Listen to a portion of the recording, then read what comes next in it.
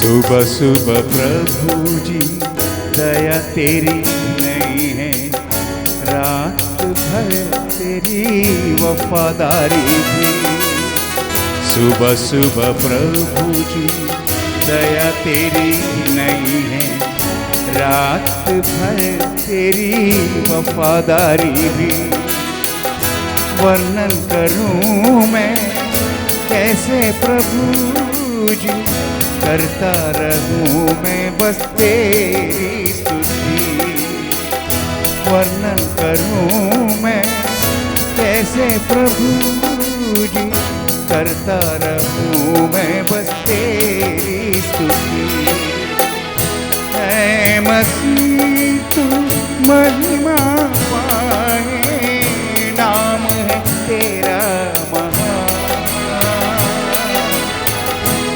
जय मसीह की। एक और नया दिन हमारा परमेश्वर की कृपा से हमें मिल गया है।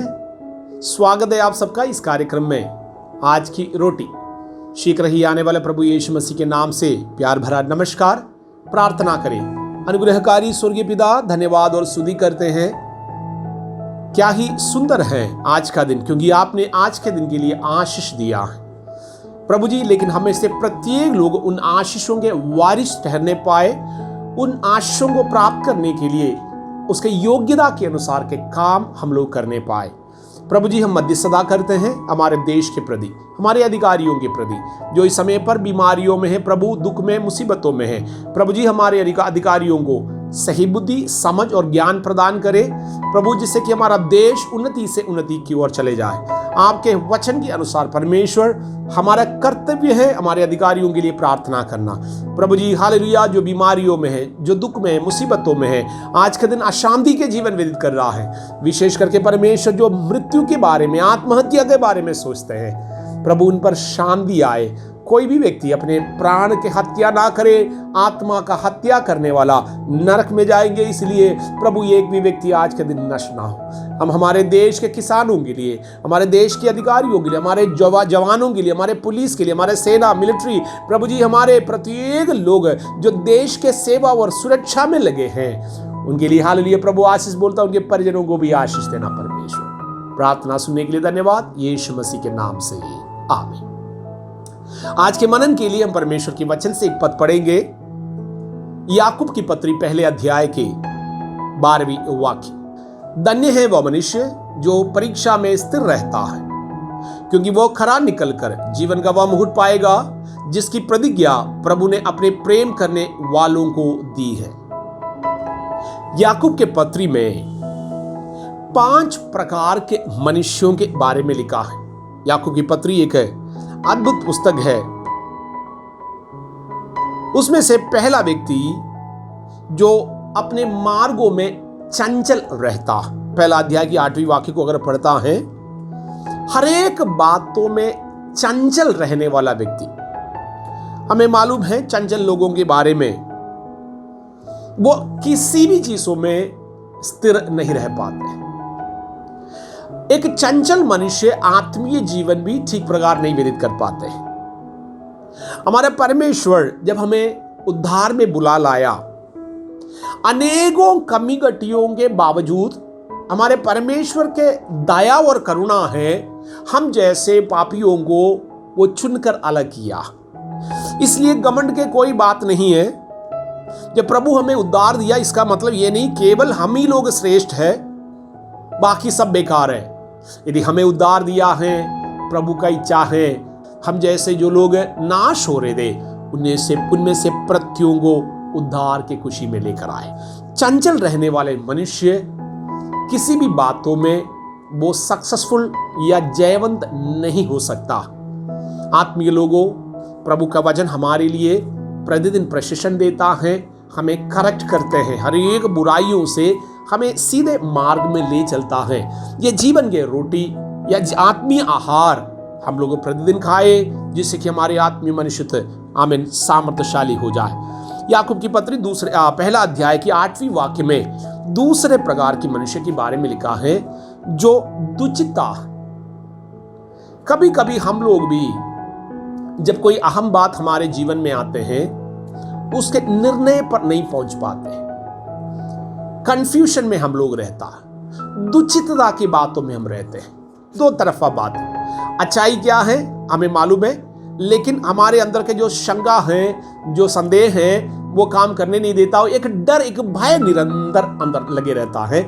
दुचिते लोगों का लक्षण यही है, भय के आत्मा उनको चलाने की कोशिश करता है। लेकिन हमारे परमेश्वर हमें भय के आत्मा नहीं, अब्बा पिता हम लोग कह सकता, इसलिए संतान के अधिकार, अर्थात हम अपने परमेश्वर को पिता कहने के लिए एक पुत्रत्व के आत्मा, आमीन, संतान होने के अधिकार के साथ, आमीन, परमेश्वर के पवित्र आत्मा हमें दिया। तीसरा मनुष्य जो याकूब की पत्री में हम लोग देखते हैं वो है निकम्मा मनुष्य। निकम्मा मनुष्य का मतलब किसी भी कार्य के लिए योग्य नहीं है, इस्तेमाल करने लायक नहीं है। अनेकों विश्वासी लोगों के जीवन वो कहने के लिए विश्वासी है लेकिन निकम्मे हैं। प्रभु के वचन में कई लोगों का दृष्टांत लिखा है, परमेश्वर उन्हें बड़े बुलाहट के साथ बुलाकर अलग किया, लेकिन अनेकों बातें मिला करके वो निकम्मा साबित हो, अपने आप को निकम्मा साबित करते हैं।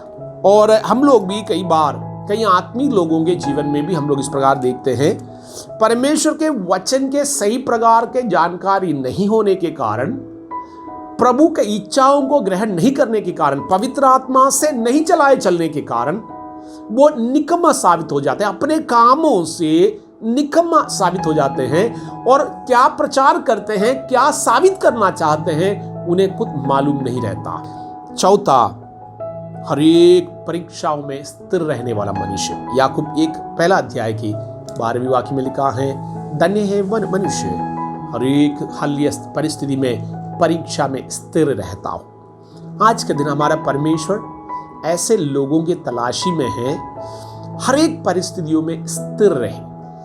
अगर आपको स्थिर रहना होगा, आपको बुलाहट, आपका जीवन का दर्शन आपको समझना होगा। कई लोग हैं अस्थिर होने के बावजूद भी परमेश्वर के, आमीन, पवित्र सन्निधि में वापस आया क्षमा मांगर। लेकिन बाइबल में ऐसा कई लोगों के बारे में लिखा है, हर परिस्थिति में स्थिरता के जीवन व्यतीत करना। पुराने नियम में रूत नाम की एक महिला के बारे में लिखा है। एक महिला होने के नाते वो अपने बुद्धि के अनुसार, संसार के सिखाए हुए बातों के अनुसार, जब उनके पति की मृत्यु हुआ, वो वापस अपने सासू जी के कहने के अनुसार अपने मायके जा सकती थी। लेकिन वो अपने परीक्षाओं में, अपने जीवन के परख में, अपने जीवन के दुख मुसीबतों में स्थिर रहा। उनके मुंह से यही बात निकला, अपने सासू जी से कहा, जो परमेश्वर तेरा है वो परमेश्वर मेरा भी रहेगा, जिसके चलते उनके जीवन आदि श्रेष्ठता की पदवी में पहुंचे हैं। यीशु मसीह की वंशावली में भी वो शामिल हो रही है। पांचवा व्यक्ति, समस्वभाव रखने वाला व्यक्ति। जैसे मैंने कहा कि याकूब की पत्री में 5 प्रकार के मनुष्यों के बारे में कह रहा। उदाहरण दिया गया एलिया भी एक मनुष्य था। उसको भी दुख, मुसीबत, डर और भूख प्यास सब कुछ लगता था, लेकिन साथ साथ स्वर्ग से आग उतारने वाला मनुष्य था। घोड़े और रथों के सामने 40 किलोमीटर तक, उससे अधिक घोड़ों के हालिया तेजी जैसा उसके सामने भागने वाला व्यक्ति, चिन्ह और चमत्कार करने वाला व्यक्ति। उनके बातें सुनकर मेघ बरसना बंद होता था। परमेश्वर के वचन कहता है, एलिया हमारे जैसे समझ स्वभाव रखने वाला। इस वचन का अर्थ है ये, इन दिनों में इस कष्ट और कलेश और कठिनाई के समय पर प्रभु अपने प्रियों में से कईयों को एलिया के समझ स्वभाव में बहुतों के लिए फायदेमंद साबित होने वाला। अंत के दिनों में हमारा परमेश्वर एलिया के समझ स्वभाव रखने वाले लोगों को ढूंढता है। मेरे प्रियो, ये वचन एक दृष्टांत के रूप में आपके जीवन में रहे और हमारा परमेश्वर हमें धन्य कहे। इन वचनों से प्रभु आपको आशीष दे, यीशु मसीह के नाम से आमीन।